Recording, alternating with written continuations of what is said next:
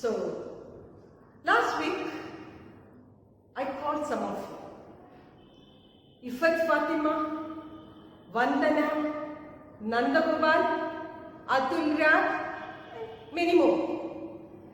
When I spoke to you, I could feel the enthusiasm in you. Yes, you were all very eager to come back to school. Let that happen very soon.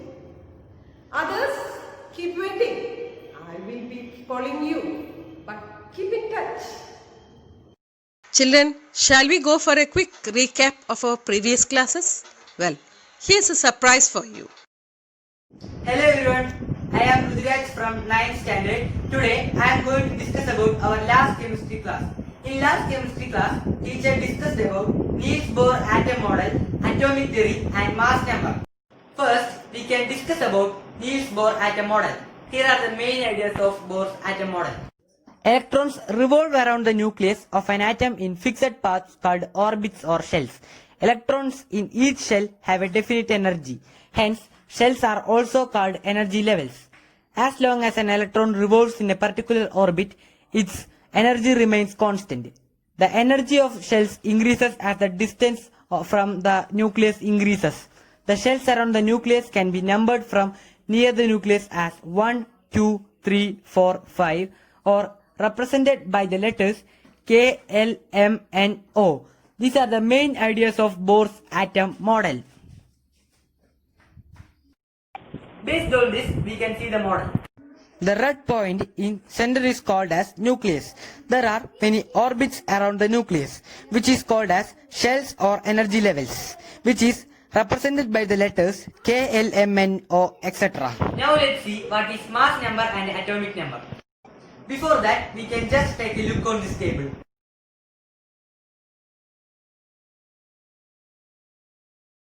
So we understood that only proton and neutron in the nucleus has mass. The total number of neutrons and protons in an atom is called mass number. It is represented by the letter A. For example, in the element helium, mass number is denoted in the left upper side. Next, we can discuss about atomic number. Atomic number is the total number of protons in an atom. It is represented by the letter Z. We know that an atom is electrically neutral. So, total number of protons is equal to total number of electrons. That is, atomic number is equal to number of protons, that is also equal to number of electrons. For example, in element helium, atomic number is represented in the left down side. So we understood about Bohr's atom model, mass number and atomic number. Thanks for watching. Have a nice day. Well, shall we move on to our topic? What is today's topic? I will write it on the board.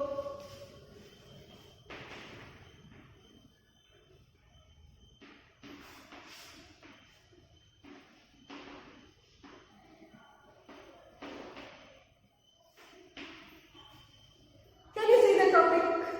Electronic configuration. Electronic, yes, you have heard the word. It's configuration. It's a new word, right? We will be learning about it as we proceed. Okay?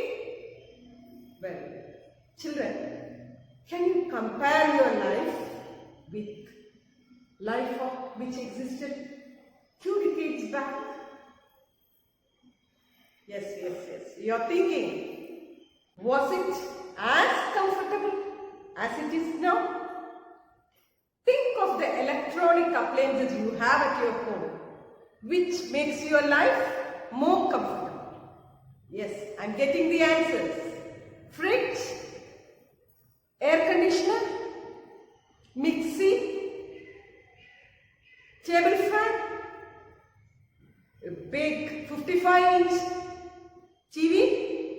Yes, all these electronic appliances make your life more comfortable. Well, shall I ask you a question? Where do you place your fridge? Is it in the living room? Or is it in the bedroom? Never.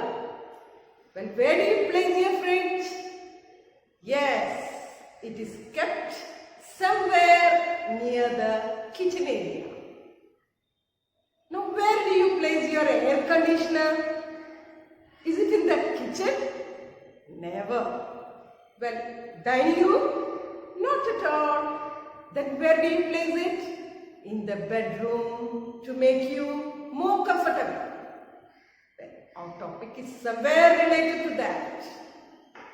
Electrons. We are going to study about the electrons and how they are being placed in the shells.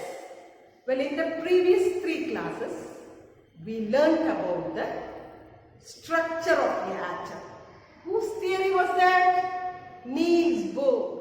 So children, let me draw the structure for you. What are we going to draw? Bohr atom. What is this? Well, this is nucleus. Nucleus is the center of all atoms. Okay? Like how is kitchen the center of our home? Because we get our food from kitchen. So it's giving us all the energy. Likewise, nucleus is the center of all atoms. Okay? What is there inside the nucleus? Yes, protons and neutrons. Well, what are protons? Hope you remember. Protons are positively charged particles. What are neutrons? Neutrons are chargeless particles. Well, I hope you remember all this. Now, our question is about electrons. Where will electrons go and sit? Do they hang around the nucleus like a bunch of grapes? Or do they all go and sit or occupy the first orbit or second orbit? Well, how are they placed? That is all about our topic. Electronic configuration is the arrangement or distribution of electrons in various shells. We have already studied that in Bohr atom model, electrons revolve in various shells. We named them as K, L, M, N and so on. The K will be the first shell, L is the second shell, M is the third shell and N respectively the fourth shell. Shall we draw those shells also?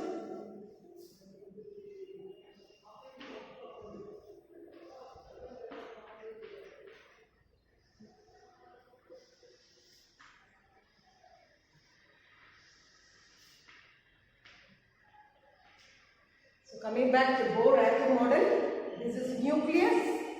Protons and neutrons are inside the nucleus and electrons revolve in various orbits. Now, electronic configuration is the placement of electrons in these shells. Well, to know more about that, or rather, how are these electrons placed? To know about that, we have to follow a simple set of 3 rules. We will see that one by one. What does the first rule say? The first rule says that these electrons, they will first occupy the orbit with lower energy. Now, which is the orbit with minimum energy here? That is K. After that, L. After that, N. And it goes on. As we move away from the nucleus, the energy increases. So what are these electrons going to do? Well, they will first go and occupy the K shell, which has the minimum energy. And later on, they will be occupying the energy levels with higher energies. Okay. How many electrons can occupy the K shell? Well, when we are coming back to that, this will be our first rule. What does the first rule say? Electrons will first occupy the energy level with minimum energy and later on they will keep moving to the higher energy levels. That is our first rule. What does the second rule say? The second rule says that each shell can accommodate only a specific number of electrons. So how can we calculate how many electrons can be accommodated in K shell? Well, we use a simple formula here and that formula is 2n square. What is the formula? 2n square. Using this formula, we can find out the number of electrons that are occupying various shells. Shall we calculate? Well, K is the first shell. So, N refers to the number of the shell. K will be the first shell. So, N is equal to 1. So, our formula is going to be 2 into 1 square. So, what is the answer? 2. So, what does this say? K shell can accommodate 2 electrons. How about L? L is the second shell. So, N is going to be 2 here. So, what is the formula? 2 into 2 square. So, 4 into 2, that is equal to 8 electrons. So, it shows that L shell can accommodate a maximum 8 electrons, not more than that. Okay. How about M?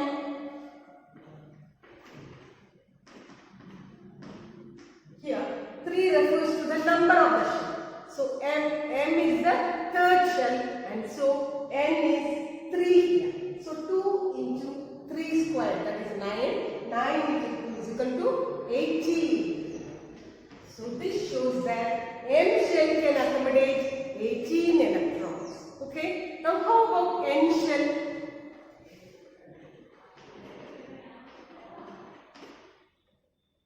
N is the fourth shell here. So, 2 into 4 square, that is 16. So, 2 into 16, 32 electrons can be accommodated in N shell. So, using this formula, we can easily find out the number of electrons being accommodated in various shells. Okay. So, this is going to be our second rule. So, first rule is over. Second rule is over, and now coming back to third rule. What does the third rule say? Well, it is an interesting rule. It is also called as octet rule. What does octet rule say? You have heard that word octet, O-C-T-E-T.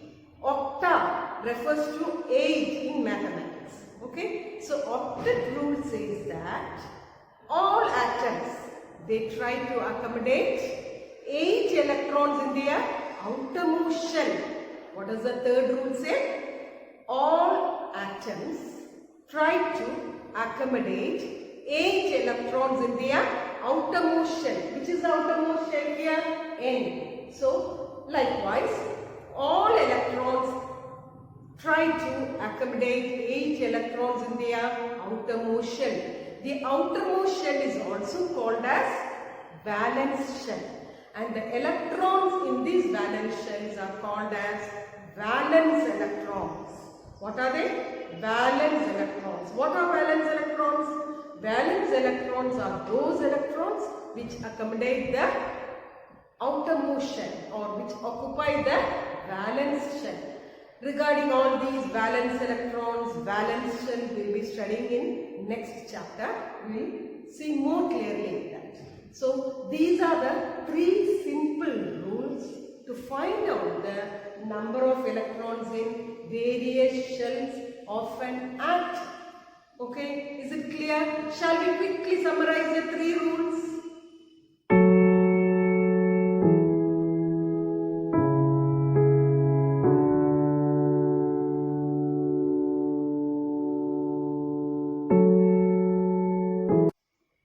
Based on the 3 simple rules, shall we do some examples or shall we work out some examples? Let's put all these rules into action and work out some examples. Okay?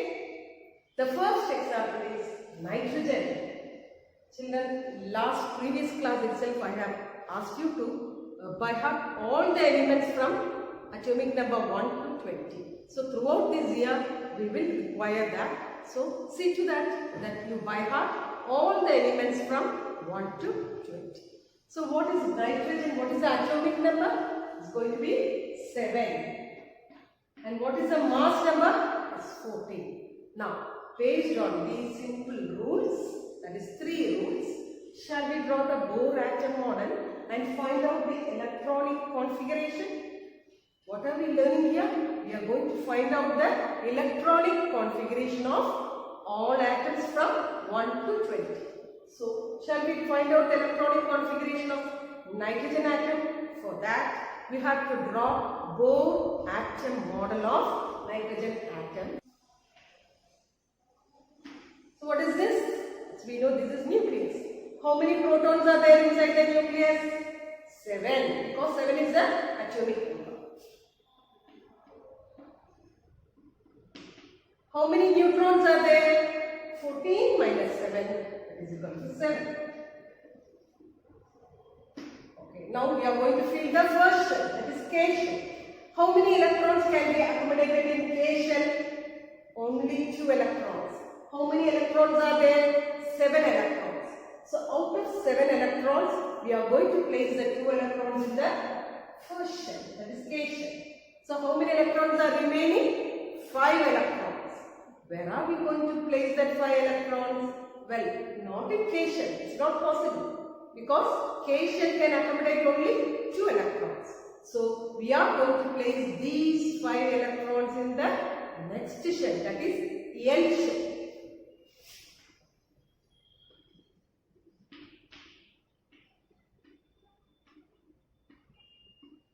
So, L shell can accommodate 8 electrons. We have placed only 5 electrons. So, there is space for 3 more electrons.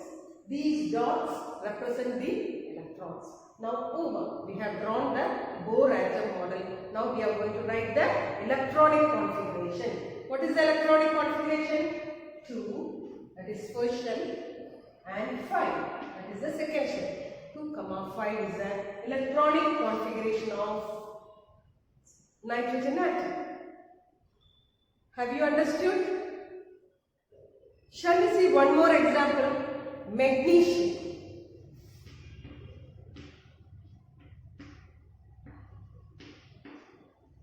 What is the atomic number here? 12. And what is the mass number? 24. Now we are going to find out the electronic configuration of magnesium. For that, we will draw the structure of the atom. So this is going to be our nucleus.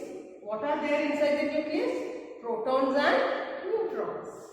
Protons is going to be 12 and neutrons 24 minus 12, again it is 12. First shell. How many electrons are there? 12. So only 2 electrons can be accommodated in the first shell.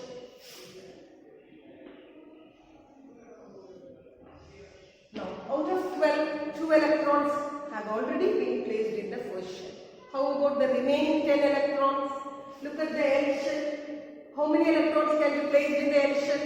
Only 8. Shall we place all those electrons here?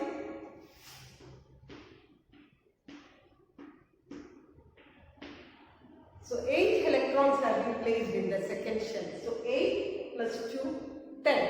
But here it is 12. So, 2 more electrons are there. Where can they be placed? Well, in the next shell, that is L shell. So what is the electronic configuration of magnesium? 2, 8, 2. This is going to be the electronic configuration of magnesium. So I will do one more example for you, sulfur.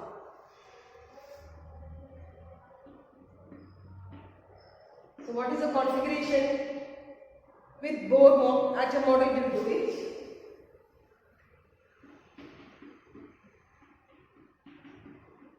This is a nucleus. Proton is equal to 16. Neutron is equal to 32 minus 16, that is 16. So first shell, 2 electrons. Second shell,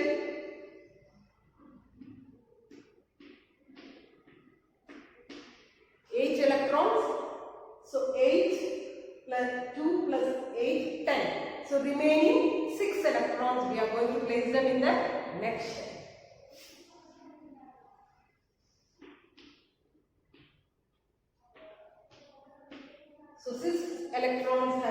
engaged in the third shell, that is the M shell. Now shall we write the electronic configuration? So this is the electronic configuration of sulfur. What is the symbol? Yes. So like this we can calculate the electronic configuration of all the atoms starting from atomic number 1 to 20. So this will be your first assignment. Do that in your file. Find out the electronic configuration of all atoms from hydrogen to calcium. Okay, this will be your first assignment. Children, I hope you have understood how to calculate the electronic configuration of all the atoms from hydrogen to calcium. Now we will move on to our next topic, that is isotopes.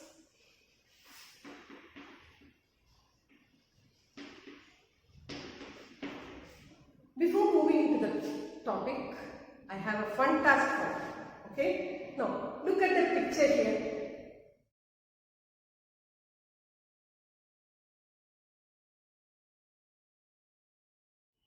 Do you find any difference here?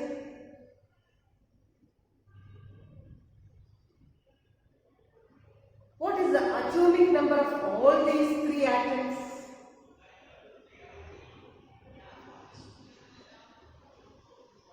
Okay.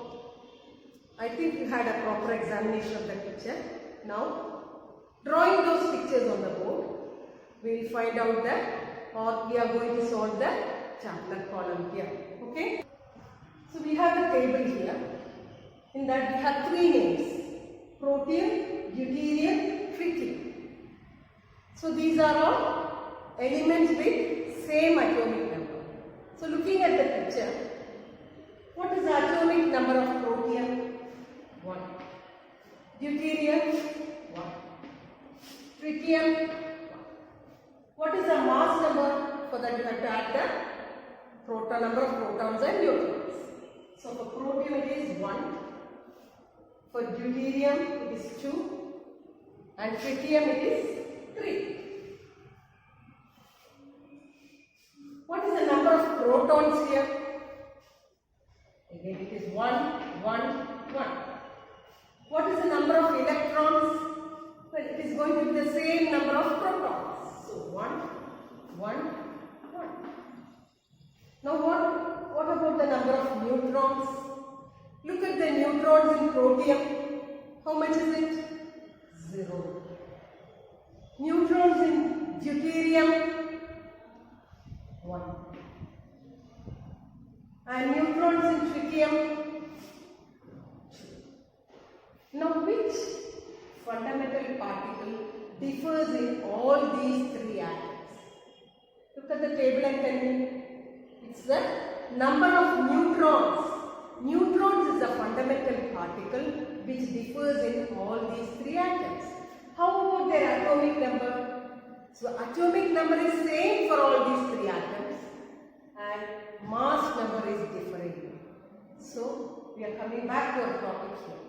Isotopes are same elements having the same atomic number but different mass number. What are isotopes?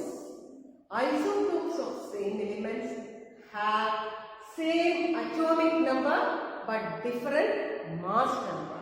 And the fundamental particle which differs is number of neutrons. Neutron is the fundamental particle which differs. Okay, so isotopes, I hope it is clear.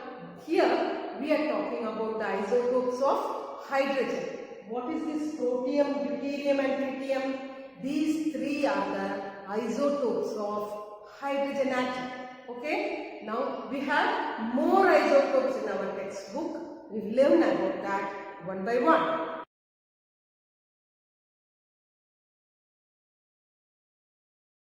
You can see one more table here. It shows carbon 12, carbon 13, carbon 14. And look at the symbol C612, C613 and C614. So I hope it's clear. So we have come across two isotopes here. That is isotopes of hydrogen and isotopes of carbon. And these isotopes have very important use in various diverse fields. Shall we see the uses of these isotopes one by one? Come. Deuterium, the isotope of hydrogen, is used in atomic reactor. Carbon-14 is an isotope which is used to determine the age of fossils and prehistoric objects. An isotope of phosphorus, that is phosphorus 31, is used as tracers for identifying the nutrient exchange in plants. Iodine 131 and cobalt 60 are used in medical field for the diagnosis and treatment of ailments like cancer and tumor. Uranium 235 is a fuel used in atomic reactors. So these are some uses of isotopes. Okay, I hope you have understood what are isotopes. One more table is there given in your textbook, that is oxygen. These are the isotopes of oxygen. So this is also an assignment for you. Do that in your file. Find out the mass number, atomic number and the different fundamental particles. So this will be your second assignment.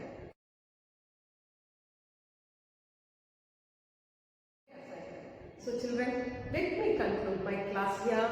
We will come up with let us assess in the next session. Bye for now.